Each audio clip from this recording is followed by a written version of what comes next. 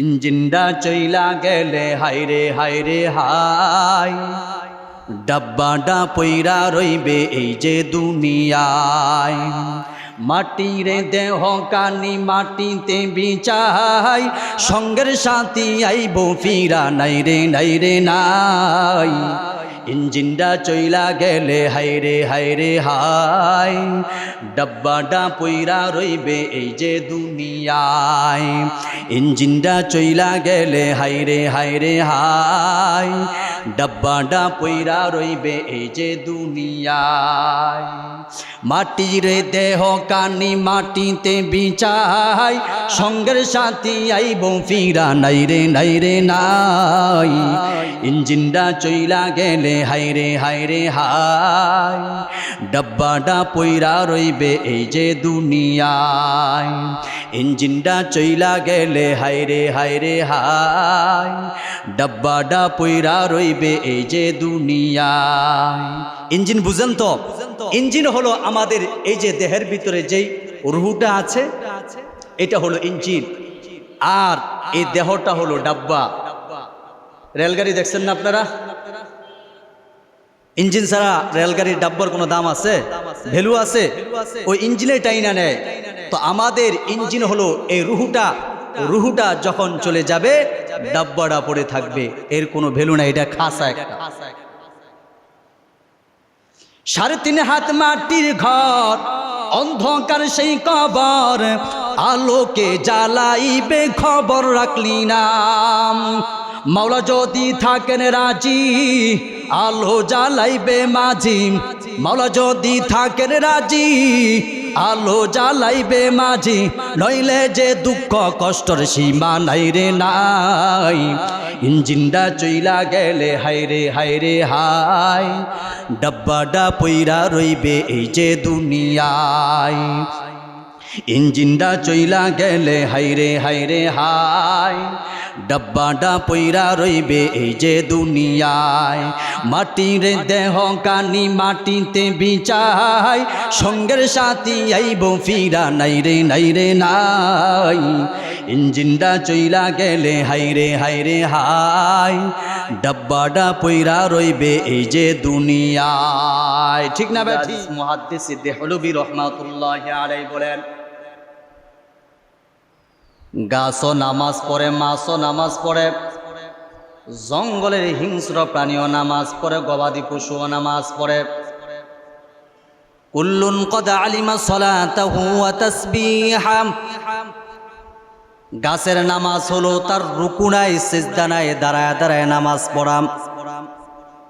কিয়ামত পর্যন্ত গাছ এইভাবে নামাজ পড়তে থাকবে। এইটাই তার নামাজ, এইটাই তার তাসবিহ। জোরে কোন সুবহানাল্লাহ। গাছ দাঁড়িয়ে আছে, এইটাই তার নামাজ, এইটাই তার তাসবিহ। যার যার স্থান থেকে মালিককে সিজদা করে, রুকু করে। সুবহানাল্লাহি ওয়া বিহামদিহি। জঙ্গলের যে হিংস্র প্রাণীগুলো আছে, গবাদি পশু আছে, গরু রুকু অবস্থায় আছে, কিয়ামত পর্যন্ত এই রুকু অবস্থায় থাকবে, তার সিজদাও নাই, কিয়ামও নাই। এইটাই তার নামাজ, এইটাই তার তাসবিহ। গর্তের সাপগুলো সিজদারত অবস্থায় আছে, তার রুকুও নাই, তার কিয়ামও নাই। কিয়ামত পর্যন্ত সে সিজদারত অবস্থায় থাকবে। এইটাই তার নামাজ, এইটাই তার তাসবিহ। শাহ আব্দুল আজিজ মুহাদ্দিস দেহলভী রাহমাতুল্লাহি আলাইহি বলেন, প্রত্যেকটা মাখলুক আল্লাহর কুদরতিভাবে সিজদা দেয়, তবে আল্লাহর যে সমস্ত প্রাণীগুলো, মাখলুকগুলো নামাজ আদায় করে, এই নামাজ অপূর্ণাঙ্গ, সম্পূর্ণ না। তাদের নামাজের প্রতিদান দেওয়া হবে না। নামাজের প্রতিদান একমাত্র কেবলমাত্র আল্লাহ রাব্বুল আলামিন মানব জাতিকে দিয়ে থাকবেন। সুবহানাল্লাহ। কারণ তাদের নামাজ সম্পূর্ণ না। তাদের রুকু আছে, সিজদা নাই, সিজদা আছে, রুকু নাই, কিয়াম আছে, রুকু আছে, রুকু নাই, রুকু আছে, কিয়াম নাই। এই জন্য তাদের নামাজ হলো সম্পূর্ণ না। নামাজের প্রতিদান তাদেরকে দেওয়া হবে না। আর মানব জাতির নামাজ হলো এমন নামাজ, রুকু আছে, সিজদাও আছে, কিয়ামও আছে, তিলাওয়াতুল কোরআনও আছে, এই জন্য আল্লাহ রাব্বুল আলামিন এই মানব জাতির নামাজের প্রতিদান আল্লাহ দিবেন, এর বিনিময় হচ্ছে আল্লাহ রাব্বুল আলামিন মানব জাতিকে জান্নাত দিবেন। কুল্লুন ক্বাদ আলিমা সালাতাহু ওয়া তাসবিহা, প্রত্যেক মাখলুক আল্লাহর কুদরতিভাবে সিজদা দেয়, নামাজ পড়ে, তাসবিহ পড়ে। এখন আসুন, শুধু কি নামাজ আমাদের উপরে ফরজ, উম্মতি মুহাম্মাদের উপরে ফরজ?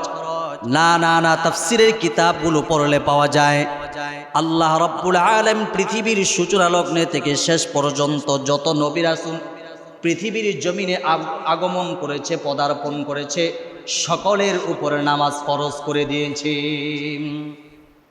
মূসা আলাইহিস সালাতু ওয়াস সালামের ব্যাপারে আল্লাহ রাব্বুল আলামিন বলেন, ইন্নানি আনাল্লাহু লা ইলাহা ইল্লা আনা ফা'বুদুনি ওয়া আকিমিস সালাতা লিযিকরি। হযরতে মূসা আলাইহিস সালাতু ওয়াস সালামকে আল্লাহ বলেন, ইন্নানি আনাল্লাহু লা ইলাহা ইল্লা আনা ফা'বুদনি, আমি আল্লাহ ছাড়া আর কোনো মাবুদ নাই, ফা'বুদনি, আমার ইবাদত কর, ওয়া আকিমিস সালাতা লিযিকরি, আমি আল্লাহ তাআলার কথা স্মরণ করে তুমি নামাজ কায়েম কর। তাহলে বোঝা গেল মূসা আলাইহিস সালাতু ওয়াস সালামের উপর নামাজ ফরজ ছিল। ওয়া আকিমিস সালাতা লিযিকরি, আমার স্মরণার্থে তুমি নামাজ আদায় করো। মূসা আলাইহিস সালাতু ওয়াস সালামকে আল্লাহ হুকুম করেছে। ইসমাঈল আলাইহিস সালাতু ওয়াস সালামের উপর নামাজ ফরজ ছিল, যার কারণে উনি নিজে তো নামাজ পড়তেন, ওনার পরিবার পরিজনকে নামাজের আদেশ দিতেন, যাকাতের আদেশ। হযরত ইব্রাহিম আলাইহিস সালাতু ওয়াস সালাম আল্লাহর কাছে দোয়া করেছিলেন, রব্বি জাআলনি মুকিমাস সালাতি ওয়া মিন যুররিয়াতি রব্বানা ওয়া তাকাব্বাল দুআ। হযরত ইব্রাহিম আলাইহিস সালাতু ওয়াস সালাম রবের কাছে দোয়া করেছিলেন, রব্বি জাআলনি মুকিমাস সালাতি ওয়া মিন যুররিয়াতি, আয় আল্লাহ আমাকে নামাজ কায়েমদারি বানাও, অর্থাৎ নামাজ পড়নেওয়ালা বানাও আমার সন্তানদের ভিতর থেকেও। এরপর হযরত ইব্রাহিম আলাইহিস সালাতু ওয়াস সালাম দোয়া করেছেন, রব্বি জাআলনি মুকিমাস সালাতি ওয়া মিন যুররিয়াতি রব্বানা ওয়া তাকাব্বাল দুআ, আয় আল্লাহ আমি যেই ফরিয়াদ করেছি আমার এই ফরিয়াদ, এই আবদার তুমি মঞ্জুর করো। হযরত ইব্রাহিম আলাইহিস সালাতু ওয়াস সালাম তিনিও আল্লাহর কাছে দোয়া করেছিলেন, আল্লাহ আমি যেন নামাজ পড়তে পারি সেই নামাজকারী বানাও, এবং আমার সন্তানদের ভিতর থেকেও তুমি নামাজকারী বানাও। আর আমি যে আবদার করেছি, যে দোয়া করেছি, আমার এই মোনাজাত তুমি কবুল করো। আমাদের নবী রাহমাতুল লিল আলামিনকে আল্লাহ রাব্বুল আলামিন কি বলেন, ওয়া'মুর আহলাকা বিস-সালাতি ওয়াসতাবির আলাইহা লা নাসআলুকা রিজকা নাহনু নারযুকুকুম। আল্লাহ রাব্বুল আলামিন রাহমাতুল লিল আলামিন বলেন, আপনি আপনার পরিবারকে নামাজের আদেশ করুন, ওয়াসতাবির আলাইহা, এবং তার উপরে আপনি অটল অবিচল থাকুন। লা নাসআলুকা রিজকা, আমি তো আপনার কাছ থেকে রিজিক চাই না, নাহনু নারযুকুক, আমি তো আপনাকে রিজিক দিয়ে থাকি। তাহলে বোঝা গেল আল্লাহ রাব্বুল আলামিন যত পয়গম্বর নবী রাসূল দুনিয়ার জমিনে পাঠাইছেন, সব নবী রাসূলদের উপরে নামাজ ফরজ ছিল, শুধু উম্মতে মুহাম্মাদের উপরে নামাজ ফরজ বিধান এমনটা না। পেয়ারা হাজরিন, এখন আসুন এই নামাজ পড়লে কি লাভ। বলেছি নামাজের ফজিলত সম্পর্কে আলোচনা করব। এই নামাজ পড়লে কি লাভ হবে এই বিষয়ে আমাদের জানা দরকার আছে না নাই? অবশ্যই জানা দরকার আছে। আজকে যে আল্লাহর এমন একটা বিধান আমরা গুরুত্ব দেই না, মসজিদের মিনার থেকে আজান শোনার পরও আমরা মসজিদের পাশ দিয়ে চলে যাই, বিভিন্ন ওজর দেখাই, আমার এই সমস্যা, আমার এই সমস্যা, কত সমস্যা দেখাই কিন্তু আপনি বাহানা ধরে চলে যান। এটা তো আল্লাহর ফরজ বিধান। এটা এমন এক বিধান, মা তার সন্তানের নামাজ, সন্তান তার মার নামাজ, বাবা তার সন্তানের নামাজ, সন্তান তার বাবার নামাজ, স্ত্রী তার স্বামীর নামাজ, স্বামী তার স্ত্রীর নামাজ, কেউ কারো নামাজ পড়ে দিতে পারবে না। যার যার নামাজ সেই পড়তে হবে। কিয়ামতের ময়দানে যার যার কাছ থেকে, প্রত্যেকের কাছ থেকে এই নামাজের হিসাব কিন্তু আল্লাহ নিবে। আপনার কাছ থেকে আপনার বাবার নামাজের হিসাব নিবে না, আপনার কাছ থেকেই কিন্তু আপনার নামাজের হিসাব নিবে। অতএব নামাজ প্রত্যেকের নিজের কাজ, এই নামাজ অবশ্যই আমরা পড়তে হবে। দুনিয়ার ব্যস্ততা তো থাকবেই, এই ব্যস্ততাকে অপেক্ষা করে আল্লাহর জন্য সময় দিতে হবে। লাউ কানা লিবনে আদম ওয়াদিয়ান মিন মালিন লাবতাগা সালিসান ওয়ালা ইয়ামলাউ জাওফা ইবনে আদম ইল্লা তুরাব। আরে আদম সন্তানের এই দুনিয়ার উপত্যকা ভরে যদি তাদেরকে সম্পদ দেওয়া হয়, অট্টালিকা দেওয়া হয়, টাকা পয়সা যদি দেওয়া হয়, তারপরও আদম সন্তানের পেট কখনো ভরবে না। হ্যাঁ, সেদিনই ভরবে যেদিন আদম সন্তান মারা যাবে। মারা যাওয়ার পর যখন তাকে কবরস্থ করা হবে, কবরের দুই পাশে মাটি যখন চাপ দিবে, তখন বলবে হ্যাঁ আমার মনের আশা পূরণ হয়েছে। এর আগে কোনোদিন মানুষের মনের আশা পূরণ হবে না। মানুষের ব্যস্ততা থাকবেই, শত ব্যস্ততাকে অপেক্ষা করেই কিন্তু আপনার নামাজ আদায় করতে হবে। কত মানুষ এই ব্যস্ততাকে এত বেশি প্রাধান্য দিয়েছে, আজকে শত ব্যস্ততা পড়ে আছে।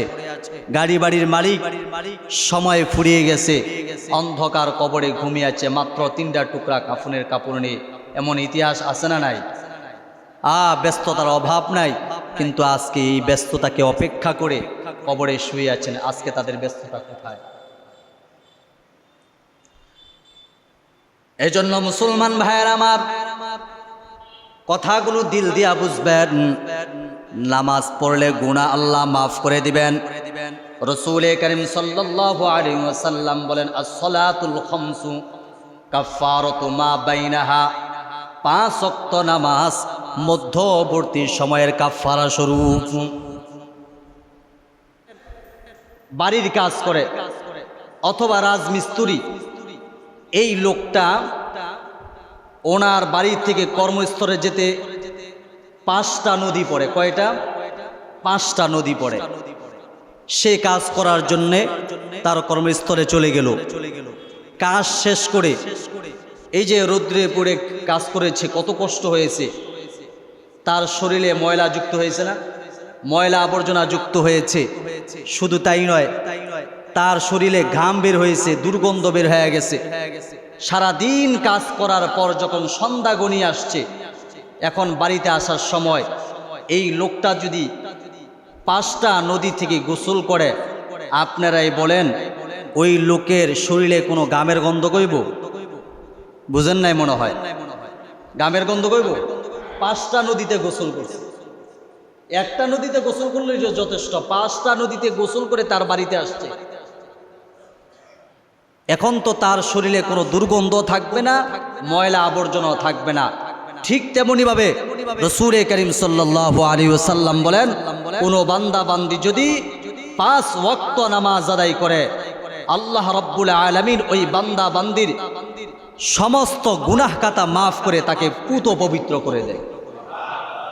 একজন ব্যক্তি যেমন 5টা নদীর থেকে গোসল করার পর যেমন তার শরীরটা পরিষ্কার হয়ে যায়, ঠিক তেমনি ভাবে বান্দা বান্দি 5 ওয়াক্ত নামাজ পড়লে আল্লাহ রাব্বুল আলামিন তার গুনাহসমূহ মাফ করে দিবেন। আস-সালাতুল খামসু কাফফারাতু মা বাইনাহা। 5 ওয়াক্ত নামাজ মধ্যবর্তী সময়ের জন্য কাফফারা স্বরূপ।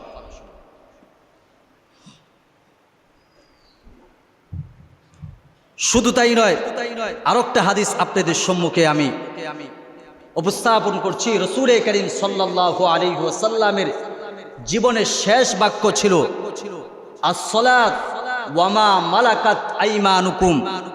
বিশ্বনবীজি যখন মুমূর্ষু অবস্থায় পড়ে আছে বিছানায়, হাঁটতে পারে না, চলতে পারে না, খাইতে পারে না, 2জন সাহাবীর কাঁধে ভর করে নামাজে শরীক হইতেন।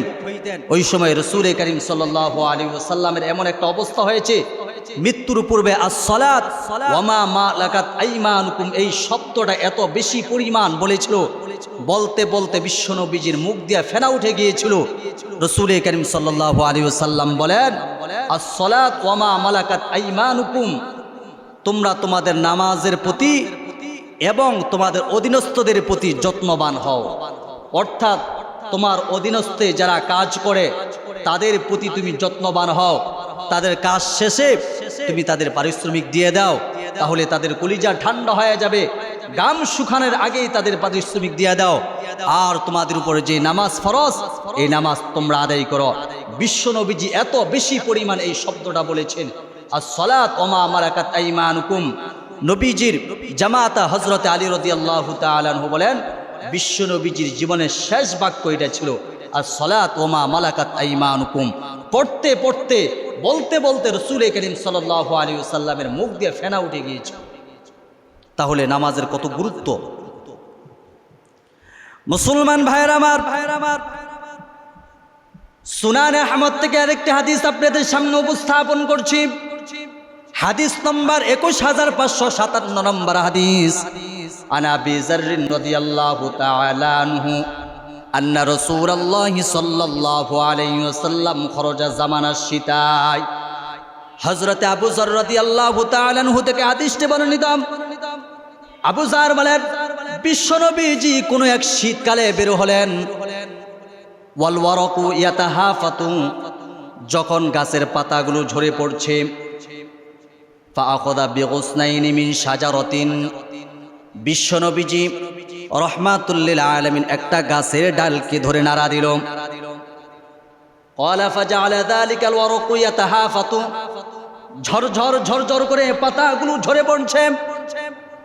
বিশ্বনবীজি হযরতে আবু যরকে লক্ষ্য করে বললেন, ফাকালা আবা যর, হে আবু যর। আবু যর বললেন, কুলতু লাব্বাইক ইয়া রাসূলুল্লাহ, ইয়া রাসূলুল্লাহ, আমাকে কেন ডেকে পাঠালেন? বিশ্বনবীজি বলেন, ইন্নাল আবদাল মুসলিমা লা ইউসাল্লি সলাতা ইউরিদু বিহা ওয়াজহাল্লাহ।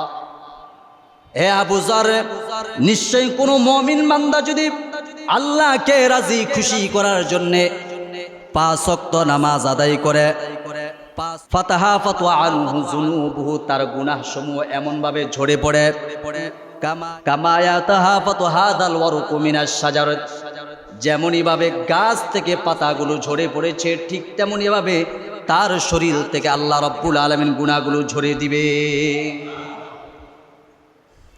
তাহলে বোঝা গেল 5 ওয়াক্ত নামাজ পড়লে আল্লাহ গুনাহ মাফ করে দিতে পারে কি পারে না? অবশ্যই পারে। মুসলমান ভাইয়েরা আমার, এই জন্য এই নামাজের প্রতি খুব গুরুত্ব দেওয়া। রাসূল করিম সাল্লাল্লাহু আলাইহি ওয়াসাল্লাম বলেন, কোন বান্দা বান্দি যদি 5 ওয়াক্ত নামাজ আদায় করে, মান হাফাযা আলাস সালাতি আকরামাহুল্লাহু তাআলা বিখামসি খিসালিন, 5 ওয়াক্ত নামাজ গুরুত্ব সহকারে যদি কোনো বান্দা বান্দি আদায় করে, বিশ্বনবীজি বলেন, বিখামসি খিসালিন, আল্লাহ রাব্বুল আলামিন তাকে 5টি পুরস্কার দান করবেন। কয়টি? জানা দরকার আছে না নাই? মুসলমান একটু দিল দিয়া বুঝবেন। বিশ্বনবীজি বলেন, 1 নম্বর পুরস্কার হলো ইয়ারফাউ আনহু যিকাল আইশি, 5 ওয়াক্ত নামাজ যে ব্যক্তি পড়বে, 1 নম্বর পুরস্কার হলো তার রিজিকের অভাব দূর করে দিবেন কে? আরো জোরে কোন কে? এই রিজিকের জন্য আমরা কত কিছু করি। সকাল থেকে সন্ধ্যা, সন্ধ্যা থেকে সকাল পর্যন্ত রিজিকের তালাশে আমরা দৌড়াই। কেউ আবার এই রিজিকের তালাশে মা, আত্মীয় স্বজন, ভাই বেড়াদার সব ছেড়ে বিদেশের বাড়িতে বাড়ি দেয়। নিজের কলিজার টুকরা সন্তানের চেহারাটা দেখে না, দূর দূরান্ত থেকে পাড়ি দেয়, বিদেশের বাড়িতে চলে যায়। কত কষ্ট করে এই রিজিক অর্জন করে, রিজিকের পিছনে দৌড়ায়। কেউ আবার এই রিজিক তালাশ করতে গিয়ে খুন খারাপির মধ্যে লিপ্ত হয়ে যায়। কেউ চুরি করে, কেউ ডাকাতি করে, কেউ কাউকে মেরে ফেলে, ভাই ভাইয়ের ভিতরে দ্বন্দ্ব। এই রিজিকের তালাশে মাথার গাম পায়ে ফেলে কত কষ্ট করে। মুসলমান, এই রিজিকের তালাশে এমন একটা পর্যায়ে চলে যায়, মুয়াজ্জিনের আজানের শব্দ তার কর্ণকহরে পৌঁছায় না। রিজিকের তালাশে তার মাথায় কবরের চিন্তা আসে না, মরণের চিন্তা আসে না, কবরে আযাবের চিন্তা তার মাথায় আসে না। সে মনে মনে চিন্তা করে, 1 ওয়াক্ত নামাজ পড়লে আমার কত সময় নষ্ট হয়ে যাবে, অথচ আল্লাহ রাব্বুল আলামিন পবিত্র কোরআনুল কারীমে বলছেন ওয়া'মুর আহলাকা বিস-সালাতি ওয়াসতাবির আলাইহা লা নাসআলুকা রিজকা নাহনু নারযুকুক। আল্লাহু আকবার বলেন। তোমার পরিবারকে নামাজের আদেশ করো, নিজ তার মধ্যে ইস্তেকামাত থাকো, ওয়াসতাবির আলাইহা, নিজ তার প্রতি ইস্তেকামাত থাকো, অটল অবিচল থাকো। লা নাসআলুকা রিজকা, আমি তো তোমার কাছ থেকে রিজিক চাই না। নাহনু নারযুকুক, ও বান্দা আমি তো তোমার রিজিকের ব্যবস্থা করে দেই। আল্লাহ বলেন আমি তো তোর কাছে রিজিক চাই না, আমি তো তোর রিজিকের ব্যবস্থা করে দেই। আর ওই আল্লাহর বান্দা মনে মনে চিন্তা করে এক ওয়াক্ত নামাজ পড়লে আমার কত সময় নষ্ট হয়ে যাবে, অথচ আল্লাহ বলতেছেন আমি তো তোর রিজিকের ব্যবস্থা করে দিব। তুমি যখন নামাজ পড়বা, তুমি যখন ইবাদত করবা, আমি আল্লাহ তোমার রিজিকের ব্যবস্থা করে দিব। কোথা থেকে রিজিকের ব্যবস্থা করব তোমরা কল্পনা করতে পারবে না। আমি আমার উদাহরণ দিয়ে বুঝাই। আমরা নামাজ পড়ে ইবাদত করি, জিকির আজকার করি, এই জন্য আপনারা মোহাব্বত করে আমাদেরকে খানা খাওয়ান। কোনোদিন স্কুলের শিক্ষকরা আইনা দোয়া করাইছেন, কলেজের শিক্ষকরে? কারণ আমাদের কেন আপনারা দোয়া করেন? হুজুরের হাত দিয়ে আমাদের জন্য দোয়া করে, হুজুরের মুখটা পবিত্র, এই জবান দিয়ে তাসবিহ পড়ে, কোরআন তেলাওয়াত করে। হুজুর জীবনের সর্বশ্রেষ্ঠ ইবাদত নামাজের ইমামতি করে। হুজুরকে যদি আমার বাসায় এনে একবেলা খাবার খাওয়াই, হতে পারে এই উসিলায় আমার বিপদ মুসিবত দূর হয়ে যেতে পারে, আমার আল্লাহ রাব্বুল আলামিন রিজিকের মধ্যে বরকত দান করতে পারে। এই জন্যই তো আপনারা নেন। যদি আমি নামাজ ছেড়ে দেই, দাড়ি ফেলে দেই, মদ খাই, ইয়াবা খাই, জিনা করি, তাহলে আমার পিছনে নামাজ পড়বেন না? না। এই জন্য আল্লাহ রাব্বুল আলামিন বলে যখন তুমি আমার হয়ে যাইবা, আমি আল্লাহ তোর রিজিকের ব্যবস্থা কোথা থেকে করব তুমি কল্পনা করতে পারবা না। সুবহানাল্লাহ। আল্লাহ বলছেন ওয়া মাইয়াত্তাকিল্লাহা ইয়াজআল লাহু মাখরাজা ওয়া ইয়ারযুকুহু মিন হাইসু লা ইয়াহতাসিব। যাদের অন্তরে আল্লাহর ভয় আছে, আল্লাহ রাব্বুল আলামিন তাদের রিজিকের ব্যবস্থা কোথা থেকে করবে সে নিজে কল্পনা করতে পারবে না। হযরতে মূসা আলাইহিস সালাতু ওয়াস সালাম ওনার আহলিয়াকে নিয়ে, মুসলমান ভাইয়েরা আমার, রওনা দিয়েছেন। পথের মধ্যে ওনার স্ত্রী প্রেগনেন্ট ছিল, প্রসবের যন্ত্রণা শুরু হয়ে গেছে, প্রসবের যন্ত্রণা শুরু হয়ে গেছে। উপত্যকা মরুভূমি, মানুষ নাই, কোথায় আগুন পাইবে, কোথায় মানুষের সহযোগিতা পাইবে? মূসা আলাইহিস সালাতু ওয়াস সালাম পরেশান, টেনশনে একেবারে দুর্বল হয়ে গেছে। আল্লাহর নবী হযরতে মূসা আলাইহিস সালাতু ওয়াস সালাম মনে মনে চিন্তা করে এখন কার সাহায্য নিব? আগুনের ব্যবস্থাও নাই। এদিক দিয়া বিবি প্রসবের যন্ত্রণায় কান্না করতেছে। উনি আগুন তালাশ করতে গিয়া নবুয়ত প্রাপ্ত হলেন। আল্লাহর নবী হযরতে মূসা আলাইহিস সালাতু ওয়াস সালামকে আল্লাহ ডাক দিয়ে কয়, মূসা তোমার হাতে কি? কয় হাতে লাঠি। কয় এই লাঠি দিয়া ওই পাথরটাকে আঘাত করো। আল্লাহর নবী হযরতে মূসা আলাইহিস সালাতু ওয়াস সালাম ওই পাথরটাকে আঘাত করলেন। আঘাত করার পর এই পাথরটা ভেঙে আরেকটা পাথর বেরিয়ে আসলো। আল্লাহ বলেন ওই পাথরের উপর আঘাত করো। ওই পাথরের উপর আঘাত করার পর তৃতীয় নাম্বার আরেকটা পাথর বেরিয়ে আসলো। এবার আল্লাহ রাব্বুল আলামিন বলেন ওই পাথরের উপর আঘাত করো। তৃতীয় পাথরের উপর আঘাত করার পর দেখেন একেবারেই ভিতরে পাথরটা ভেঙে চূর্ণ বিচূর্ণ হয়ে গেল। ভিতরে এক ধরনের ছোট একটা পোকা দেখা যায়, কীট পতঙ্গ। ওই পোকার মুখে ছোট্ট ছোট্ট খাবারের দানা, জোরে কোন সুবহানাল্লাহ। হযরতে মূসা আলাইহিস সালাতু ওয়াস সালাম অবাক হয়ে গেলেন, ব্যাপার কি? তিনটা পাথরের ভিতরে এই পোকার খাবার কে দিল? আল্লাহ রাব্বুল আলামিন ওই পোকার জবান খুলে দিলেন। ওই পোকা ডাক দিয়ে কয়, আল্লাহর নবী মূসা উনি আমার খাবারের ব্যবস্থা করে দিয়েছেন। যিনি আমাকে দেখেন, আমার কথা শুনেন, আমাকে পর্যবেক্ষণ করেন, আমার রিজিকের ব্যবস্থা করেন, আমার খবর নেন, তিনি হলেন আমার আল্লাহ।